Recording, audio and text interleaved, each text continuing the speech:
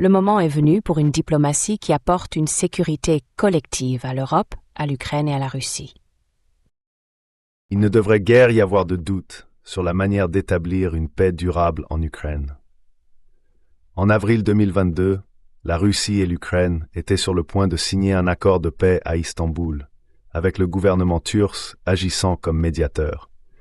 Les États-Unis et le Royaume-Uni ont dissuadé l'Ukraine de signer l'accord, et depuis, des centaines de milliers d'Ukrainiens sont morts ou ont été gravement blessés. Pourtant, le cadre du processus d'Istanbul constitue encore aujourd'hui la base de la paix. Le projet d'accord de paix, daté du 15 avril 2022, et le communiqué d'Istanbul, daté du 29 mars 2022, sur lequel il était basé, offraient une manière sensée et directe de mettre fin au conflit. Il est vrai que 3 ans après que l'Ukraine a interrompu les négociations, période durant laquelle l'Ukraine a subi des pertes importantes, l'Ukraine finira par céder plus de territoire qu'elle ne l'aurait fait en avril 2022. Pourtant, elle gagnera l'essentiel, la souveraineté, des arrangements de sécurité internationale et la paix. Lors des négociations de 2022, les questions convenues étaient la neutralité permanente de l'Ukraine et les garanties de sécurité internationale pour l'Ukraine. La disposition finale des territoires contestés devait être décidée au fil du temps, sur la base de négociations entre les parties, au cours desquelles les deux côtés s'engageaient à s'abstenir de recourir à la force pour modifier les frontières.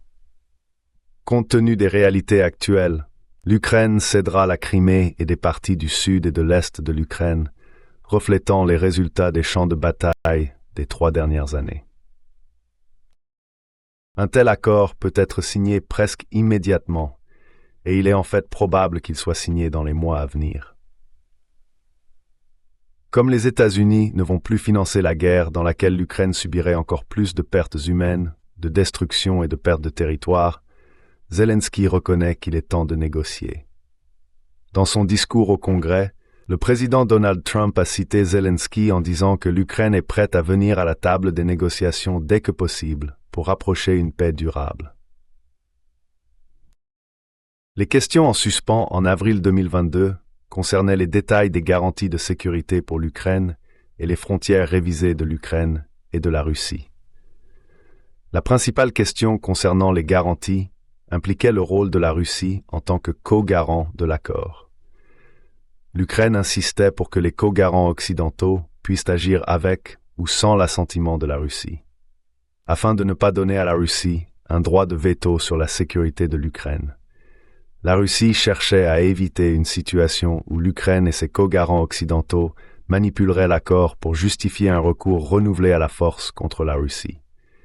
Les deux parties ont un point de vue valable. La meilleure résolution, à mon avis, est de placer les garanties de sécurité sous l'autorité du Conseil de sécurité de l'ONU.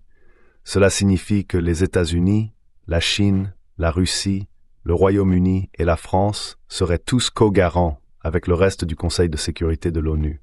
Cela soumettrait les garanties de sécurité à un examen mondial. Oui, la Russie pourrait opposer son veto à une résolution ultérieure du Conseil de sécurité de l'ONU concernant l'Ukraine. Mais elle ferait alors face à l'opprobre de la Chine et du monde si elle agissait arbitrairement en défiant la volonté du reste de l'ONU. Concernant la disposition finale des frontières, un peu de contexte est très important. Avant le renversement violent du président ukrainien Viktor Yanukovych en février 2022, la Russie n'avait formulé aucune revendication territoriale vis-à-vis de l'Ukraine. Yanukovych favorisait la neutralité de l'Ukraine, s'opposait à l'adhésion à l'OTAN et avait négocié pacifiquement avec la Russie un bail de 20 ans pour la base navale russe à Sébastopol, en Crimée, foyer de la flotte russe de la mer Noire depuis 1783. Après que Yanukovych ait été renversé et remplacé par un gouvernement pro-OTAN soutenu par les États-Unis, la Russie a rapidement repris la Crimée pour empêcher la base navale de tomber entre les mains de l'OTAN. De 2014 à 2021, la Russie n'a pas cherché à annexer d'autres territoires ukrainiens.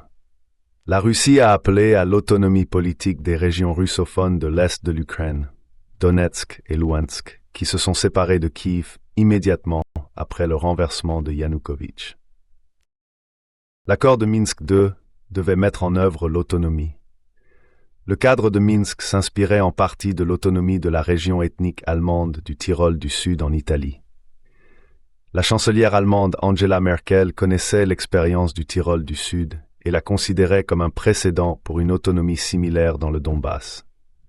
Malheureusement, l'Ukraine a fortement résisté à l'autonomie du Donbass. Et les États-Unis ont soutenu l'Ukraine dans le rejet de l'autonomie.